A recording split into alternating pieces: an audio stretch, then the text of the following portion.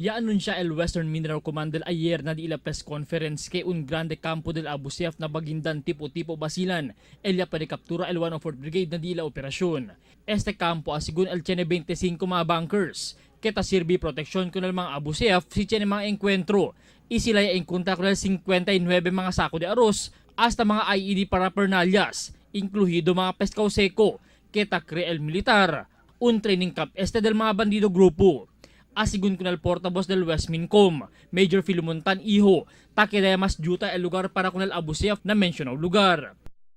We have recovered a camp containing 25 bunkers, paraphernalias, medical paraphernalias, IED cords, detonating cords, 59 sacks of rice, at several dried goods.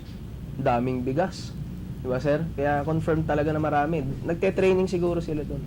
Asegura al militar que hindi mas ginda pa na otro mga barangay el mga Abu Sayyaf para hindi mas asigun man umit el mga sibilyan. Kaya tasosyad na nila mga operasyon del mga pasaw anyo.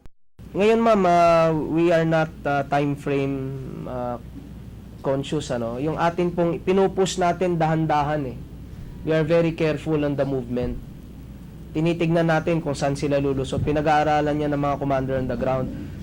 Kung matapos bukas ma'am, di mas maganda. Ta konsidera asigun al militar que hinahinaya taabaha el numero del Abu Sayyaf na tipo-tipo basilan. Trending ahora na social media o Facebook. Este video taman namira un grupo del mga Abu Sayyaf que mayoría miyembro, mga joven pa. Na video taman namira que tarilang estos mga jóvenes durante el encuentro. Ta confirma pa ahora el militar si amo ba es el mismo encuentro del 44th Infantry Battalion de Pasao Diaz que ta continua pa este tiempo. Albert Luna, Dateline, Zamboanga.